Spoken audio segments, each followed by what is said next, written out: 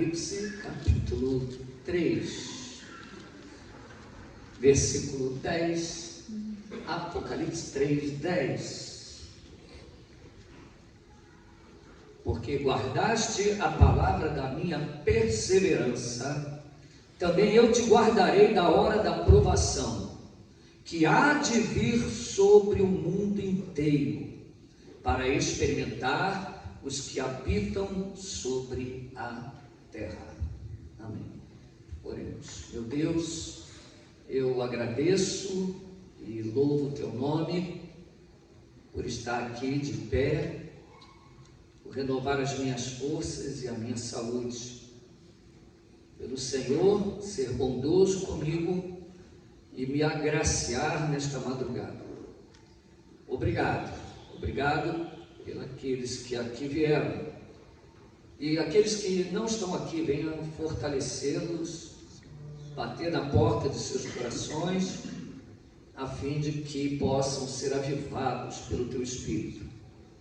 Aqueles que aqui estão, Senhor, que não estejam apenas de corpo presentes, mas que estejam de alma, coração, vontade e afeição, de uma forma inteira diante de Ti. Meu Deus, nos leva a um coração grato. Abençoa esta manhã, usa a minha vida e abençoa a ministração da Tua palavra e prepara o coração daqueles que irão ouvir, em nome de Jesus Cristo. Amém. Os irmãos podem se assentar.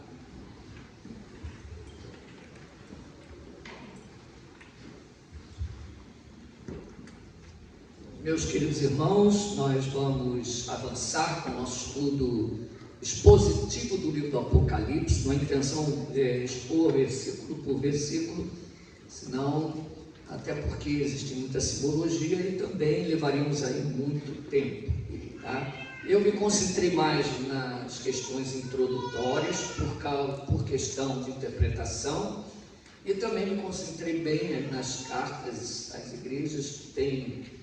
Não que o livro não tenha aplicações para a gente, todo livro tem aplicação. Aliás, a própria essência dele, né, é que o Senhor ele está conosco nas dificuldades, nas lutas, devemos perseverar, devemos crer, confiar nele. Mas as cartas às igrejas, elas falam um pouco mais assim, diretamente conosco, e nos traz muitas lições para o nosso dia a dia. Por isso eu estou me concentrando um pouco mais nessa parte do livro. Depois vocês vão perceber que eu vou, às vezes, fazer a exposição de 2, 3 capítulos em um só dia, tá? Porque não é o objetivo ficar explicando cada símbolo do livro, apenas aqueles que são de interesse, que tem realmente algum equivalente no próprio texto bíblico. Bom, hoje nós vamos encerrar a parte que fala das 7 igrejas, né, com a apresentação das 2 últimas igrejas, que é a igreja de Filadélfia e Laodiceia. Uma coisa interessante, está aí no capítulo 3, versículo 7 a 22, que nós vamos meditar nessa manhã, se assim o Senhor permitir.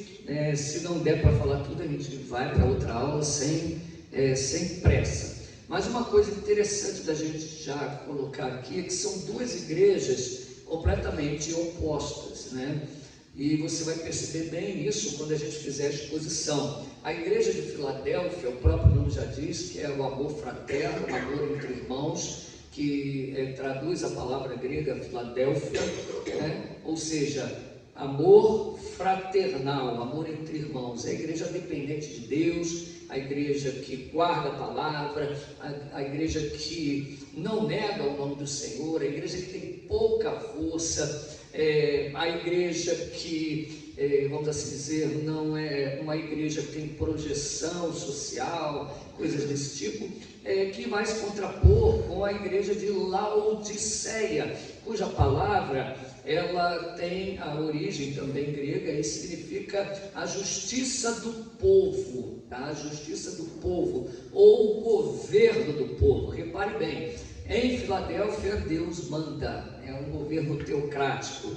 Em Laodiceia o povo manda, o povo é que diz o que a igreja tem que fazer, para onde tem que ir, né? Então você vai ver isso claramente. Enquanto a igreja de Filadélfia é a igreja pobre, a igreja de Laodiceia é a igreja rica, tá? É tão rica ao ponto de dizer que não precisa de nada, nem mesmo de Deus, né? É a igreja autossuficiente, secularizada, que desde aquela época já existia o secularismo, só que de outras formas, obviamente. Mas tudo que exalta o homem, né, o poder do homem, o conhecimento do homem, é uma espécie de secularismo. E Laodiceia é uma igreja completamente secularizada, morna, na mesmice, uma igreja sem vida, completamente sem vida, uma igreja de crentes que tem o corpo presente, né, que talvez sirva para você refletir hoje, se você está aqui, mas a sua mente, seu coração está bem longe, né? É um típico laudicense, né? Ou se você é um membro de Filadélfia. É interessante que às vezes essa igreja ela pode existir no sentido aplicativo dentro da mesma igreja até, né? Dentro da mesma igreja. Mas nós vamos estudar um pouco sobre essas igrejas. Nós vamos começar aqui com a igreja de Filadélfia. Antes vamos lembrar um pouquinho que do capítulo 2, versículo 1 ao capítulo 3, versículo 22, nós temos a parte que fala das coisas que são pertinentes à igreja, a época da igreja na terra, a era da igreja, vamos assim dizer, não no sentido dispensacional, né? Mas no sentido de que a época da igreja mesmo, onde a igreja está na terra, onde a igreja é o foco aqui desse texto. Filadélfia e Laodiceia estão no capítulo 3, 7 a 22, nós vamos ver isso, começando com a igreja de Filadélfia. O texto diz o seguinte: ao anjo da igreja em Filadélfia escreve: estas coisas diz o santo, o verdadeiro, aquele que tem a chave de Davi, que abre e ninguém fechará, e que fecha e ninguém abrirá. Conheço as tuas obras, eis que tenho posto diante de ti uma porta aberta, a qual ninguém pode fechar, que tens pouca força, entretanto guardaste a minha palavra e não negaste o meu nome. Eis que farei que alguns dos que são da sinagoga de Satanás, desses que assim mesmo se declaram judeus, e não são, mas mentem, eis que os farei vir e prostrar-se aos teus pés e conhecer que eu te amo. Porque guardaste a palavra da minha perseverança, também eu te guardarei da hora da provação que há de vir sobre o mundo inteiro, para experimentar os que habitam sobre a terra. Venho sem demora, conserva o que tens, para que ninguém tome a tua coroa. Ao vencedor falo-lhe coluna no santuário do meu Deus, e daí jamais sairá. Gravarei também sobre ele o nome do meu Deus, o nome da cidade do meu Deus, a nova Jerusalém que desce do céu, vinda da parte do meu Deus, e o meu novo nome. Quem tem ouvidos, ouça o que o Espírito diz às igrejas. Tá? O que o Espírito diz às igrejas. Bom, conforme eu disse, Filadélfia significa amor fraternal, amor entre irmãos, amor fraterno. Esse é o significado que nos remete ao nome da igreja, Filadélfia. A Filadélfia é mencionada aqui no Apocalipse. Existiam várias cidades com o nome de Filadélfia, tá? Naquela época. Hoje ainda tem uma Filadélfia, tá? Mas existiam várias. Porém, essa aí do Apocalipse, essa que está aí na carta, que é uma das 7 igrejas, é uma cidade localizada na província romana da Ásia Menor. O Império Romano dividiu seu território em províncias, tá? Tinham capitais, essas províncias, e cidades, tá? Então essas 7 igrejas aí, elas estão na província da Ásia Menor, província do Império Romano. Está situada próxima à base oriental do Monte Timolos. Esse monte estava ali, essa cidade estava perto do pé do monte ali, tá? Fundada e nomeada pelo rei de Pérgamo na época, muito tempo atrás, que chamava Átalo II Filadelfo. Então o nome da cidade é o nome do rei, né? Dava-se muito esse tipo de nome na época romana, ainda pela influência da cultura grega e tudo, né? Por exemplo, nós temos Filopáter, né, que é um nome comum daquela época. Temos também Teófilo, né, para quem Lucas escreveu a sua carta já um tempo depois. Né? Então, Átalo II Filadélfia é o fundador desta cidade. Depois da morte de Átalo III Filométor, que é descendente desse aí, 133 a.C., a cidade, todo o reino, se submeteram por vontade própria ao Império Romano. Tá? Então passou a fazer parte do Império Romano em 133 a.C. A igreja em Filadélfia era a mais jovem dentre as 7 igrejas mencionadas no Apocalipse. Então você tem ali 7 igrejas, né? Esmirna, Éfeso, Tiatira, Pérgamo, Laodiceia. Filadélfia era a mais jovem. Ou seja, a igreja é mais recém-fundada, era a igreja mais jovem. O culto principal da cidade era o deus pagão Dionísio, que equivale ao deus Baco, né? da licenciosidade, do vinho, do bacanal, né? Das orgias sexuais, né? Da luxúria, da riqueza. Então Dionísio era o deus principal naquela cidade. E existia um templo, inclusive, ali em honra a Dionísio. Mas o maior problema da cidade não era os pagãos, tá? Os pagãos eram um problema, mas o pior ali eram os judeus. Existia uma grande comunidade judaica naquele lugar que perseguia de forma implacável os crentes que estavam ali em Filadélfia. Tá? Daí você vai entender por que Jesus se refere a eles a sinagoga de Satanás. Tá? Aqueles que se dizem judeus, mas não, eles mentem. Tá? Então, para Cristo, eles não eram judeus, de verdade, genuinamente judeus. Eles eram da sinagoga de Satanás. Eles perseguiam os verdadeiros servos de Deus. Então, o maior problema enfrentado ali, assim, em termos de perseguição, era por parte dos judeus. É lógico que o secularismo implodia a igreja por dentro, fazendo com que a igreja fosse uma igreja morta, uma igreja morna, e estragava tudo, né? Mas eu digo assim, em termos de perseguição, de violência, era por parte dos judeus. Era uma igreja saudável, e como que nós sabemos disso? Porque ela guardava a palavra, não negava o nome de Cristo. Você vai ver que é uma igreja onde havia o amor entre irmãos. Então, ela era uma igreja saudável. Uma coisa interessante é que, se você olhar todas as cartas, tá? Filadélfia não tem nenhuma repreensão, nenhuma. É a única igreja que não tem repreensão ali em Filadélfia, nem Esmirna, né? São as duas que não têm repreensão, tá? Então, Esmirna, que é a igreja provada no sangue dos mártires, né? E a igreja de Filadélfia, que não tinha nenhuma repreensão contra ela, apenas elogios, né? Então, era uma igreja saudável. Então, o versículo 7 diz assim: olha, ao anjo da igreja em Filadélfia, escreve estas coisas, diz o santo verdadeiro, aquele que tem chave de Davi, que abre e ninguém fecha, e que fecha e ninguém abrirá. Bom, seguindo o padrão em todas as cartas, Cristo, ele sempre se apresenta com alguma característica que vai falar e dizer algo a respeito da situação espiritual daquela igreja. E nas suas apresentações, Cristo vai se utilizar, se valer daquelas características no capítulo 1, de quando João tem a visão de Jesus ressurreto, glorificado, rei, né, lá na ilha de Patmos. Então, cada elemento daquela visão você vai encontrar em uma das apresentações da carta. E aqui nós vemos 3 características nessa apresentação, 3 características de Cristo aqui na igreja de Filadélfia. Primeiro, ele é o santo, né? Isso escreve essas coisas, diz o santo. E a palavra santo, ela pode ter 2 conotações, né? Aquele que é perfeito, né? Aquele que é imaculado, aquele que não tem falha, tá?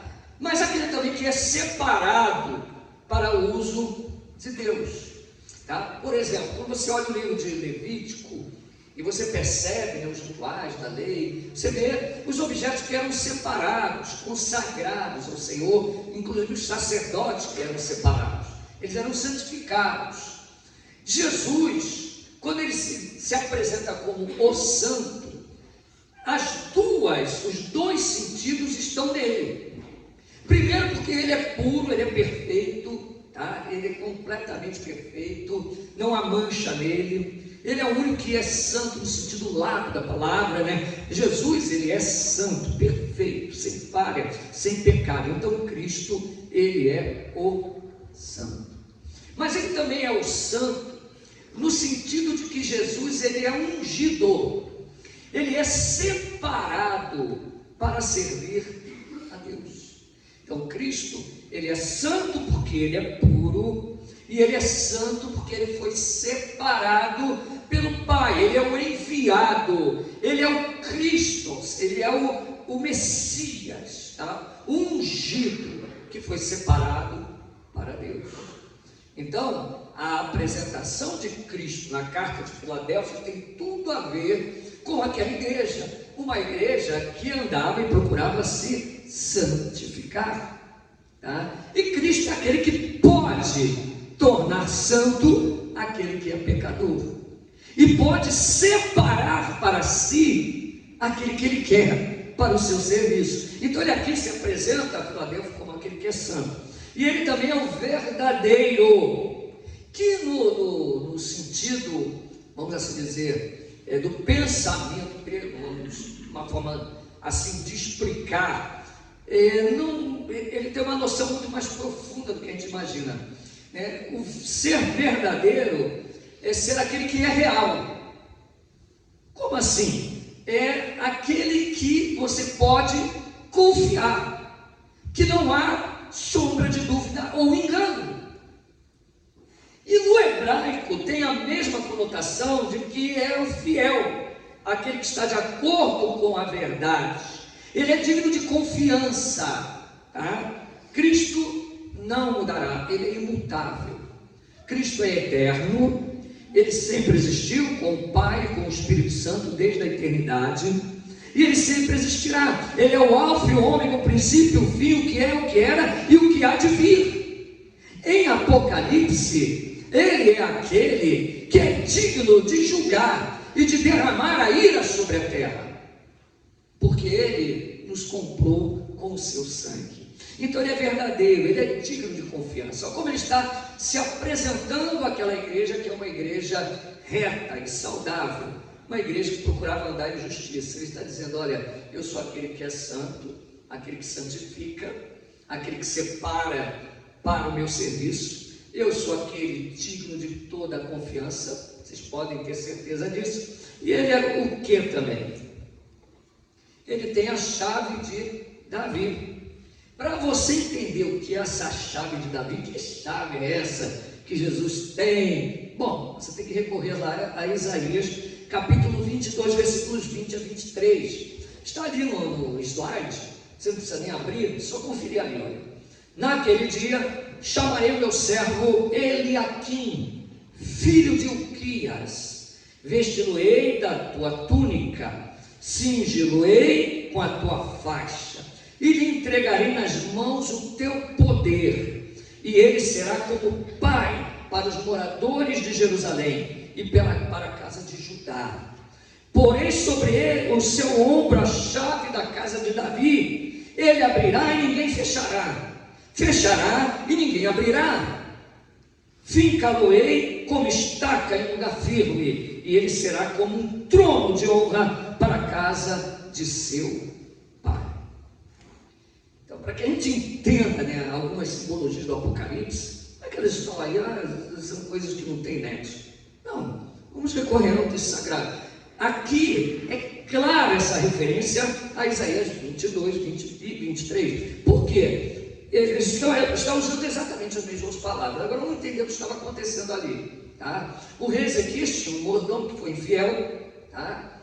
Que profanou a casa de Deus, profanou a casa real, tá? E aí Deus pronuncia um juízo sobre ele, substitui aquele homem e põe no lugar dele o outro mordomo, que era Eliaquim. E esse novo mordomo, Deus diz que daria o poder a ele, daria a chave da casa. Que casa é essa? A casa de Davi, a casa real. para administrar a casa do reino. Ele estaria ali e seria como um pai para Jerusalém e para Judá.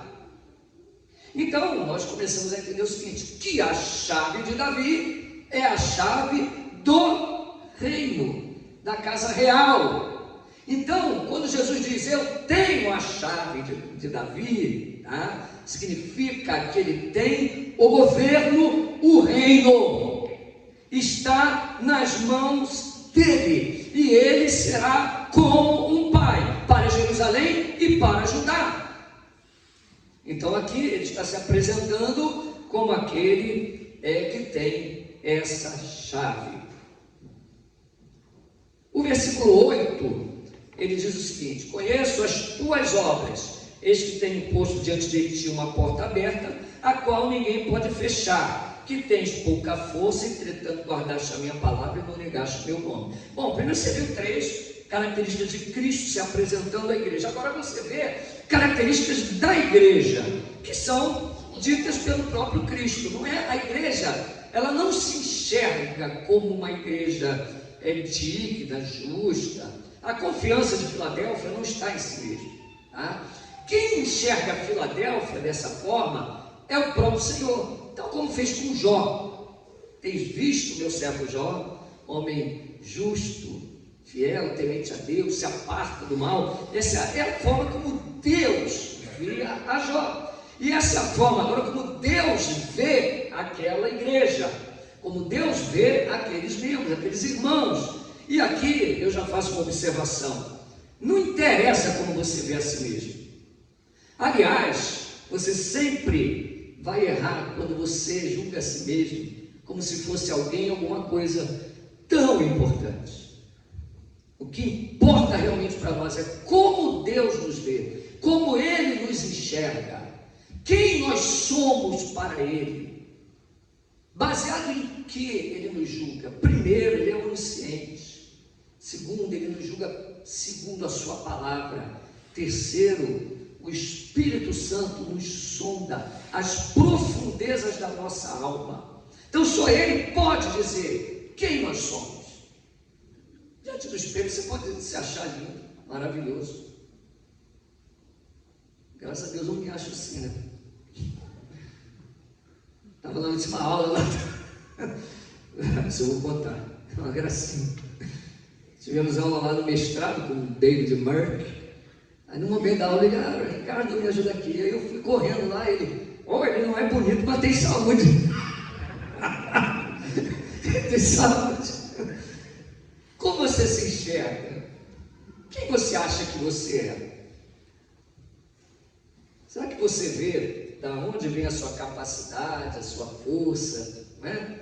Isso vem de Deus, né? Bom, as obras daquela igreja eram conhecidas, certamente eram obras de fé e de amor, porque Deus vai relatar. Que obras são essas? Obras agradáveis ao Senhor. Essas eram as obras. Os judeus, o que estava acontecendo? Eles alegavam que eles eram verdadeiro povo de Deus. Eles diziam, nós somos o povo de Deus. E aí eles perseguiam os verdadeiros servos de Deus. Assim sempre foi, tá? Sempre foi. Desde a questão de Isaac e de Ismael, tá bom? Então esses judeus, por serem judeus de nascimento, eles diziam que eram o povo de Deus, mas perseguiam os servos de Cristo, não obedeciam à lei, não faziam a vontade de Deus e ainda perseguiam aqueles que Cristo separava. Então por isso eles eram da sinagoga de Satanás. Mas o reino, na verdade, pertencia a Cristo e a seus servos, e a igreja é o povo de Deus, tá? Óbvio que aí há um erro também, em um outro extremo, das pessoas acharem que Israel não tem mais nada com Deus.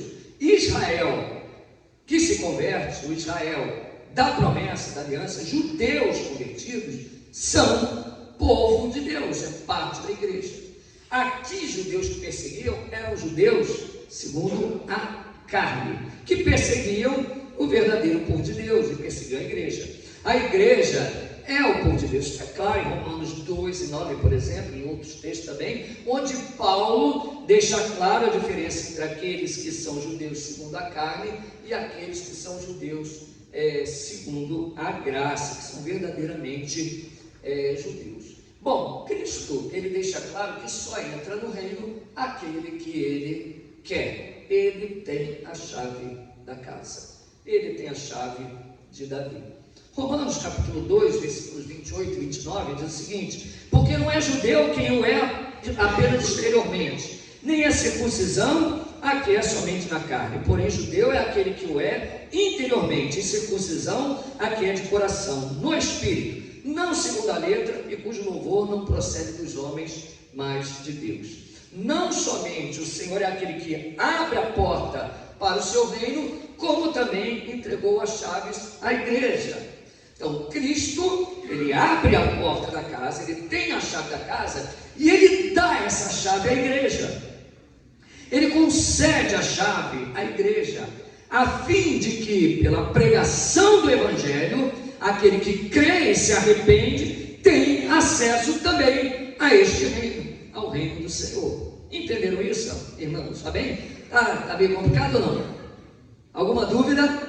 Então Cristo, ele dá essa chave à igreja também. Mateus capítulo 16, versículos 8 e 19 diz: também eu te digo, tu és Pedro, e sobre esta pedra edificarei a minha igreja, e as portas do inferno não prevalecerão contra ela. Dar-te-ei as chaves do reino dos céus. O que ligares na terra terá sido ligado nos céus, o que desligares na terra terá sido desligado nos céus. Independentemente de sua pouca força, Cristo capacita e protege aquela igreja. Lembra o que foi lido no versículo 8: conheço as tuas obras, eis que tenho posto diante de ti uma porta aberta, a qual ninguém pode fechar. Tens pouca força, entretanto guardaste a minha palavra e não negaste o meu nome. Apesar da sua pobreza, Cristo elogia aquela igreja pela sua fidelidade. Repare, ela tem pouca força, tá? Mas guardou a palavra e não negou o nome. Meus irmãos, às vezes nós prestamos tanta atenção em tantas coisas na igreja. É muito bom a gente ter uma cadeira confortável, isso é legal, tá? A gente pôde comprar, isso é bom. É bom termos uma igreja pintadinha, bonita, né? Ter um som bom, né? Nós vamos instalar o som novo na igreja, né? Mas só uma coisa é necessária: guardar a palavra. Se tiver isso tudo e não tiver a palavra, tudo isso é em vão, tudo isso é fútil. A igreja de Filadélfia era pobre, a igreja de Filadélfia não tinha riqueza, a igreja de Filadélfia não tinha força, mas não negou o nome e guardou a palavra com fidelidade. Que Deus nos conserve assim. O maior presente que Deus deu a essa igreja não são cadeiras, não é um templo próprio, não é, isso tudo é muito bacana, é a bênção de Deus sobre nós, mas o maior presente que Deus deu a esta igreja foram presbíteros e pastores fiéis à sua palavra. Ao invés de prestar atenção em tantas coisas, agradeça a Deus pelo ministério da palavra aqui nesta igreja. Todas as outras coisas giram em torno disso. O louvor é muito bom, a igreja sem louvor é muito ruim, não é? Mas o louvor, se não tiver um alicerce da palavra, ele se torna um cântico de heresias, como nós vemos por aí.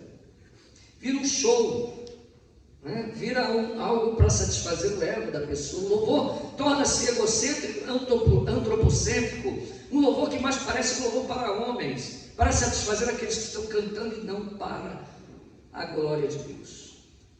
Guardar a palavra faz toda a diferença, e Jesus está elogiando esta igreja, não pelo templo dela bonito, ou por alguma coisa, até porque era uma igreja jovem, uma igreja sem força e uma igreja pobre, mas uma igreja que guardava a palavra. Eu lembro até hoje, a minha primeira igreja, quando eu me converti, eu não fui para aquela igreja porque tinha som, porque tinha jovens.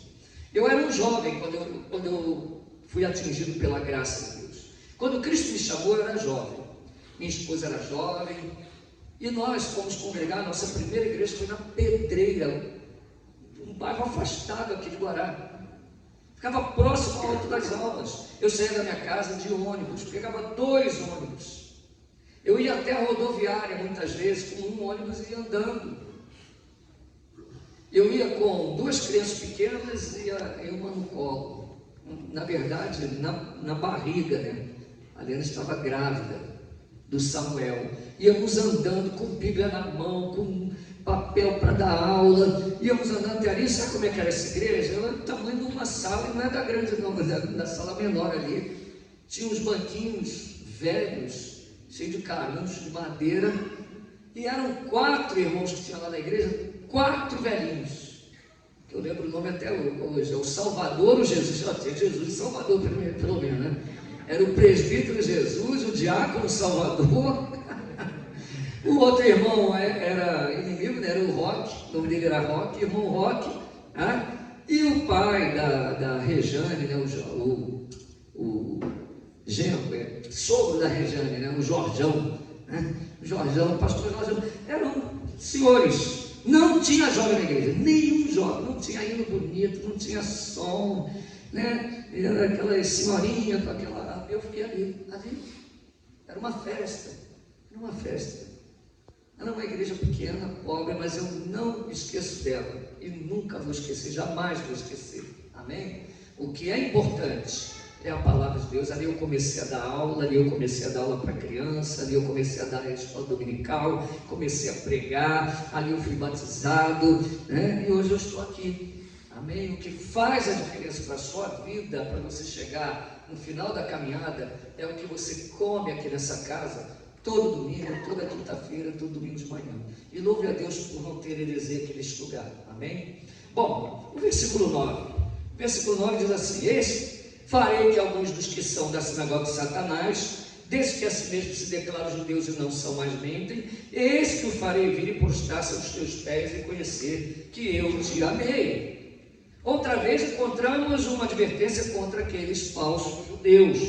O Senhor mostrará quem realmente Ele ama. Naquele grande dia nós veremos, né, quem é o povo de Deus de verdade. A igreja composta de judeus e gentios, salvos pela mesma graça, firmados na mesma promessa, na aliança feita com Deus através de Cristo lá com Abraão, desde o início. Amém? Bom, meus irmãos, o versículo 10. Agora nós vamos ter um problemão aqui, né? Porque guardaste a palavra da minha perseverança, também eu te guardarei da hora da provação que há de vir sobre o mundo inteiro, para experimentar os que habitam sobre a terra. Bom, quem pode estar pensando que está se referindo à aprovação e às lutas que a igreja de Filadélfia, especificamente aquela igreja, sofria. Obviamente que isso Deus estava usando dessa situação da igreja para mostrar algo muito além. Porque o texto aqui é claro que essa hora da aprovação, ou a hora da tentação, em algumas outras versões, ela não estava presente, era algo específico que ainda havia de vir, né? A hora da aprovação que há de vir. Segundo, é sobre o mundo inteiro e não só sobre aquela igreja. É algo que aconteceria com o mundo inteiro. E esse algo que aconteceria com o mundo inteiro, esta hora da tentação, esta hora da provação, serviria para experimentar a terra, os que habitam a terra. Não era uma provação específica sobre aquela igreja, né? Era uma provação sobre os habitantes da terra. E há aqui uma promessa de que Filadélfia seria guardada desta hora. Ou seja, ela seria poupada desta hora. Pré-tribulacionistas afirmam que isso é um grande argumento, um forte argumento para um arrebatamento pré-tribulacionista. Pós-tribulacionistas dizem que nesse texto o que vai ser guardado é na tribulação, e não dá. Mas o texto não indica isso. Mas fica aí para você refletir, porque independentemente de termos lutas ou não, o que vai nos conservar na presença de Deus é a nossa perseverança na palavra e na fidelidade a Cristo. Guardar a palavra da paciência, guardar a sua palavra que faz a diferença. Eu particularmente vejo nisso um grande argumento pré-tribulacionista, tá? Porque aqui nós vemos que essa hora da aprovação, ela há de vir, ela ainda não tinha vindo, ela vem sobre todo mundo e não um local específico ou uma igreja específica, e ela experimenta todos que habitam sobre a terra, né? Toda a humanidade. Ela não distingue uma perseguição de igreja, mas é uma perseguição sobre o mundo, uma provação, é uma tribulação sobre o mundo, tá? Então existe essa promessa de que a igreja seria poupada desta hora. Então há um tom escatológico nesta frase, um tom muito forte. Deus guardará a sua igreja. Amém? O versículo 11, há promessas agora. Como em toda a carta, venho sem demora, conserva o que tens, para que ninguém tome a tua coroa. Temos deixado de pregar muito sobre a teologia dos galardões, que está dentro da parte da escatologia. Mas uma realidade que não deve ser negada é que Deus, Ele galardoará os seus servos. Sim, nós não obedecemos a Deus para ganhar galardões. Na verdade, não somos dignos de nenhum galardão. Nós veremos, quando estudarmos a igreja do céu, nós vamos ver que os santos pegavam as suas coroas e arremessavam aos pés do Cordeiro e diziam: digno és, Cordeiro, de toda a honra, de toda a glória, de todo louvor. Como se eles dissessem: olha, nós ganhamos isso, mas ali estava sentado aquele que deu a vida por eles. E eles diziam, né, deixavam as suas coroas aos pés, eles diziam: tu és digno, Senhor, tu és digno de todo louvor, de toda honra e de toda glória. Mas independentemente disso, Deus galardoará a sua igreja. O escritor de Hebreus, capítulo 6, versículo 10 diz: porque Deus não é injusto para ficar esquecido do vosso trabalho e do amor que evidenciastes para com o seu nome, pois servistes e ainda servis aos santos. Todos nós estaremos diante do tribunal de Cristo, do bema de Cristo. Bema no grego, tribunal de Cristo. E lá nós não vamos ser julgados para condenação ou para absorção, porque o crente ele já é salvo em Cristo. Nenhuma condenação há para aqueles que estão em Cristo Jesus. Seria um absurdo um julgamento diante de Cristo para ver se a gente é salvo ou não, se Ele mesmo deu a vida por mim. Mas o bema para nós é o julgamento das nossas obras, a fim de que recebamos de Cristo o louvor, ou seja, o elogio, o galardão ou a censura, a fim de que sejamos elogiados por Ele ou censurados, repreendidos pelo Senhor. O apóstolo Paulo diz em Corinto que ao chegar diante do tribunal de Cristo e nossas obras forem julgadas, se elas forem de madeira, feno ou palha, aquele dia revelará. O fogo provará. Deus é aquele que nos sonda no mais íntimo, a nossa intenção, a nossa volição, o nosso desejo. Ele nos sonda no mais íntimo do nosso ser. Se tudo que nós fazemos no contexto da igreja é madeira, feno ou palha, vai se queimar. E a Bíblia diz claramente nesse texto sobre o bema: o tal não receberá galardão, porém será salvo como um tição tirado do fogo.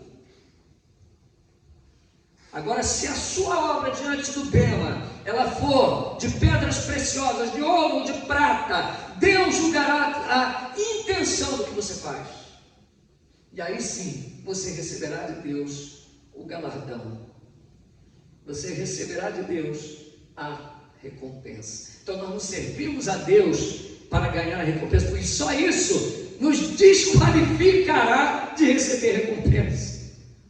Mas quando fazemos algo por amor, nós receberemos de Cristo certamente a recompensa, o galardão, porque Deus não é injusto. Repita comigo, eu vou ler e você vai repetir, amém?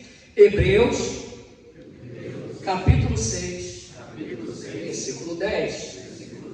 Porque Deus não é injusto para ficar esquecido do vosso trabalho e do amor que evidenciastes para com seu nome, pois servistes e ainda servis aos santos.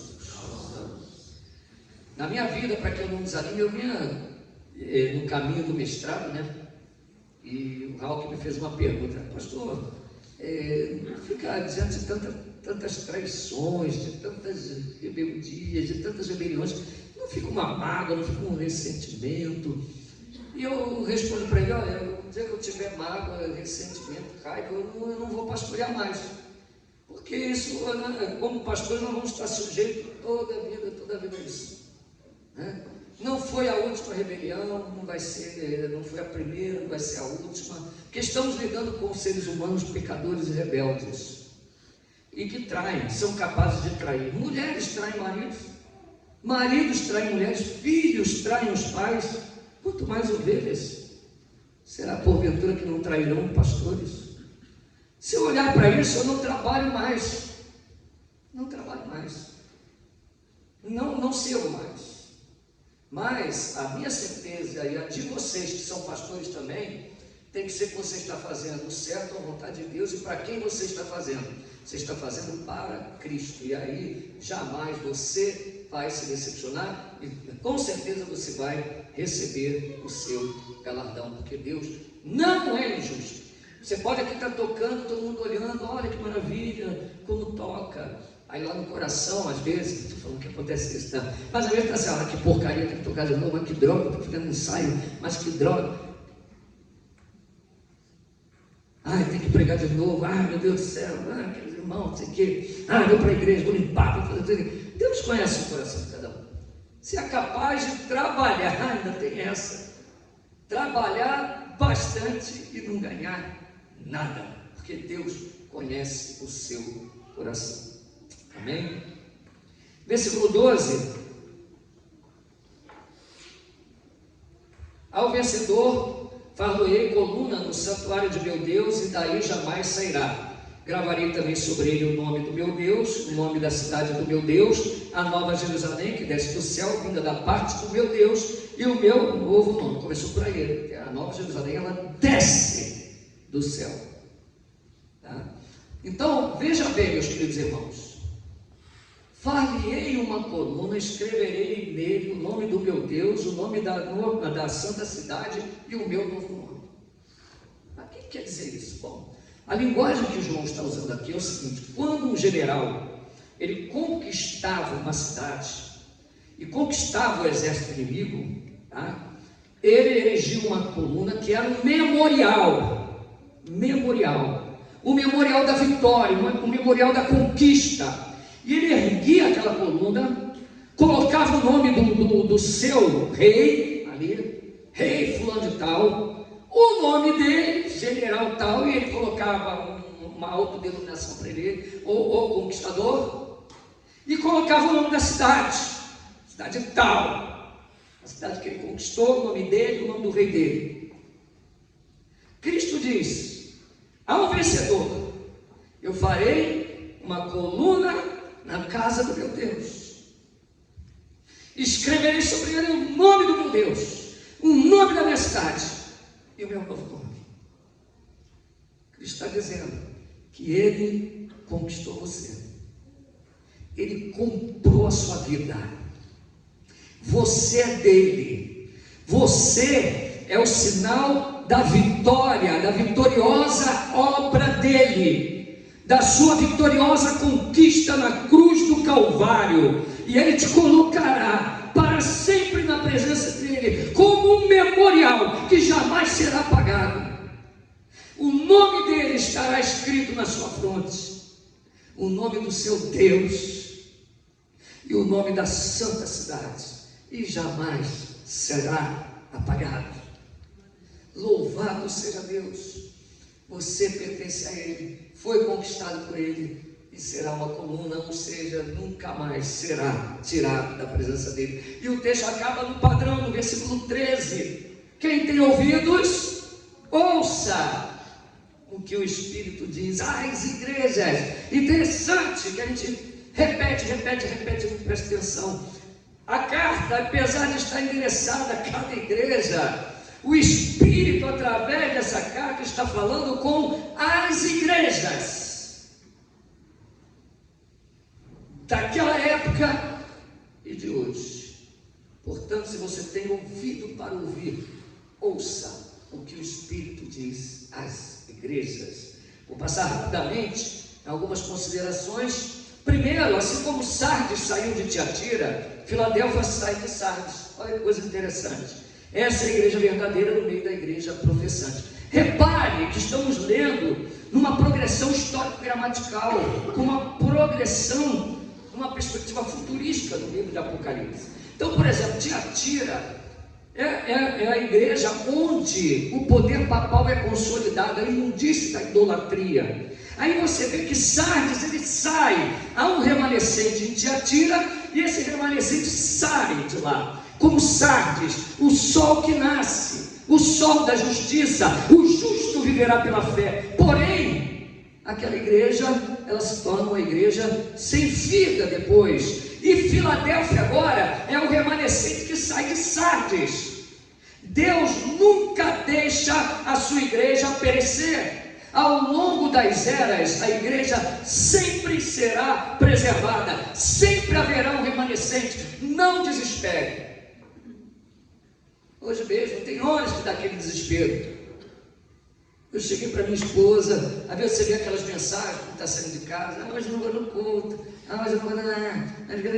Aí eu falo: eu acho que não tem jeito mesmo. Meu Deus do céu, não tem jeito. Aí você chega na igreja, a hora da oração, tem um batendo papo, outro conversando, outro dormindo, outro olhando o celular. Aí você: não tem jeito, não tem jeito mais. Teve um homem de Deus que pensou assim também, um grande homem de Deus, que disse assim para Deus um dia, muito triste: ele falou: Senhor, mataram todos os teus profetas, sobrou ninguém, não tem mais jeito, só tem eu aí. Que presunção! Deus olhou para ele e disse: eu ainda preservei mais 7.000 que não dobraram os seus joelhos diante do Baal. Sempre haverá remanescentes. Se não fosse assim, não tinha Martinho Lutero, não tinha Calvino, não tinha outros que vieram depois, não tinha Charles Spurgeon pregando com tanto poder. Muito tempo depois, saindo lá de Sardes, Whitefield e muitos outros que pregaram, os puritanos e muita gente. E hoje você é um remanescente aqui nesta igreja, anunciando a verdade, pregando a palavra de Deus. Deus sempre preserva o remanescente. Então, de Tiatira vem Sardes, Sardes vem Filadélfia, mas Tiatira continua lá, Sardes continua lá, mas Filadélfia, ela continua existindo. Segunda aplicação: a igreja aprovada é aquela que guarda a palavra e pratica, refletindo o amor de Cristo. Guardar a palavra reverbera em praticar, senão você não guarda. Aquele que realmente guarda a palavra, ele põe em prática, tá? João 13:34 diz: novo mandamento vos dou, que vos ameis uns aos outros, assim como eu vos amei, que também vos ameis uns aos outros. Aquele que não ama, não guarda a palavra de Deus. João 15:12: o meu mandamento é este, que vos ameis uns aos outros, assim como eu vos amei. Alguém viu o anúncio que eu botei lá no grupo da irmã Ana Clara, lá do Rio de Janeiro? Começou para isso, já está errado. Leia as mensagens do grupo da igreja, pelo amor de Deus. Não estão ali de enfeite. Depois você diz que não sabe de nada. A irmã Ana Clara é irmã da nossa igreja no Rio de Janeiro. Se coloque no lugar dos pais dela e coloque sua filha no lugar dela, sua neta. É uma moça jovem, no vigor dos seus, se eu não me engano, 14, 15 anos. Ela nasceu com um problema cardíaco gravíssimo, ela foi operada quando era recém-nascida, ela já passou por mais de 3 cirurgias cardíacas de peito aberto. Teve vários derrames e recentemente ela está tendo um AVC atrás do outro, um AVC atrás do outro. Foi parar na UTI, esse deu sérias consequências neurológicas. Ela está tomando um remédio lá que custa R$200 cada ampola para ela comprar, que ela tem que tomar. Não sei quanto tempo a nossa irmãzinha vai durar, porque a situação dela piora a cada dia. E aí lá do Rio de Janeiro veio o pedido: olha, põe lá no grupo da igreja, lá em Guaratinguetá, por favor, o nome dela, para que eles orem, quem puder doar uns R$5, R$10, doe para ajudar e poder comprar o remédio. E aí eu falei: não, pastor, não põe. Os irmãos ficaram super contentes, botou o aviso lá. Mas você viu, não precisa nem, não dá para doar, mas você tem compaixão, olhar o rostinho daquela jovem, uma jovem bonita, cheia de alegria. Eu gostava de brincar com ela, mexer com ela, cuidar lá. Uma jovem, tipo assim, eu vejo a Bia, outras jovens da idade dela, mais ou menos. Como é triste a situação dela para os pais, para a família, para a igreja. A igreja de Filadélfia, ela se compadece dos seus irmãos, ela ama. Ela não fica indiferente a essas coisas, não fica. É impossível você ser uma igreja verdadeira e não ficar alheio a isso. A situação do irmão Flávio, com aquele câncer terrível no rosto, e muitos outros que passam lutas, hoje os idosos da igreja, que situação difícil. Vocês estão vendo meu pai aqui na igreja? Não, eu levei ele para o Rio para ver os filhos. Sabe por que eu levei ele para ver os filhos? Porque os filhos não vêm ver ele. Se eu não levar, ele não vai ver os outros filhos. Então eu peguei ele, veio lá, e que vocês não sabem o que eu passo. Para deixar ele lá, foi uma luta.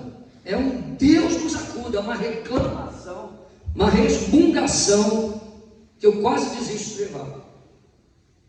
Mas eu levo porque são filhos. Meu pai precisa ver eles. Meu pai, eu nunca deixo de saber dessas coisas. Ele não sabe que tem uma resmungação, uma murmuração, uma reclamação, ele não sabe. Aí ele vai.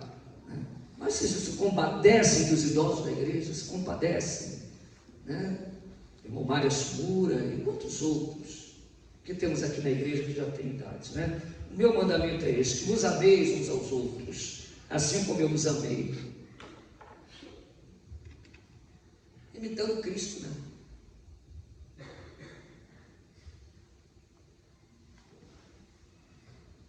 Como Jesus agia diante dessa mulher adúltera, de joelhos perante o Rei da Glória. Ou quando ele lavou o pé dos seus discípulos, ou quando Bartimeu gritava, filho de Davi, tenha compaixão de mim. Ou diante daquela mulher pecadora que chorou nos seus pés, lavou com as lágrimas e enxugou com os cabelos.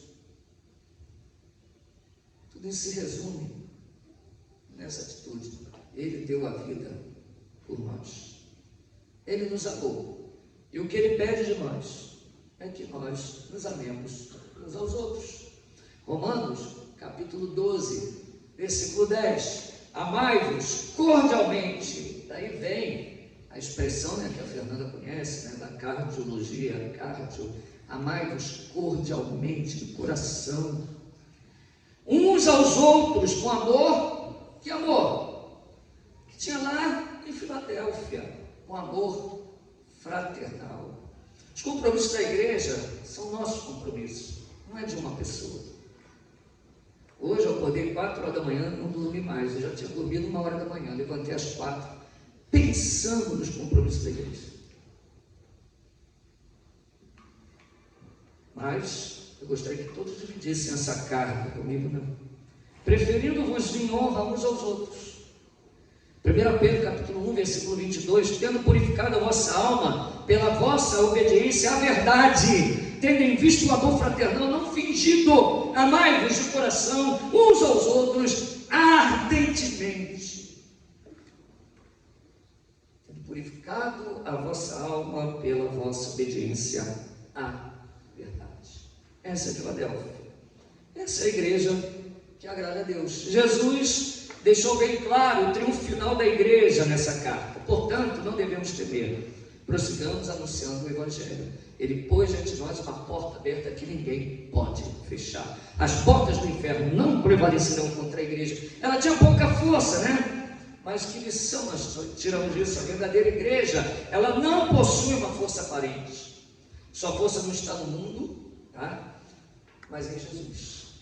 Isso é bem diferente das igrejas suntuosas que vemos hoje, cheia de dinheiro, políticos. Não tem ideia, certo? Tem um monte de político ligando para mim. Uma cara de pau mandou mensagem para mim outro dia, arrumou meu WhatsApp lá. Está na minha direção, né? Se eu já te ajudei alguma vez, ou se você precisa de ajuda, está aqui o meu número para você considerar. Bloqueio. Não precisamos de ajuda, né? Mas podemos ajudar. Se quiser, com orações, pregando o Evangelho, ou que vem de carniça pedindo voto nessa época. Eu posso não asfaltar a frente da sua igreja? Uma vez veio chamei a diretoria da igreja, ele veio, não, que eu vim aqui, que eu estou vendo, eu estou precisando pintar a igreja, vocês querem que eu pinte? Não, nós não precisamos. Mas eu posso asfaltar a frente da igreja? Não precisa que asfalte. Mas eu posso comprar tua coisa? Não precisa. Você não precisa de nada? Falei, não. Mas nós podemos orar pelo senhor. O senhor quer que a gente ore pelo senhor? Ele ficou estou completamente sem graça. Sem graça. Tem pouca força, não tem político, não tem heresia, não tem centenas de milhares de membros. Irmão, pode ter certeza que essa igreja não vai ter 2.000 membros, nunca. Você prega a verdade, de tempos em tempos, passa uma peneira, some um monte, aí enche de novo.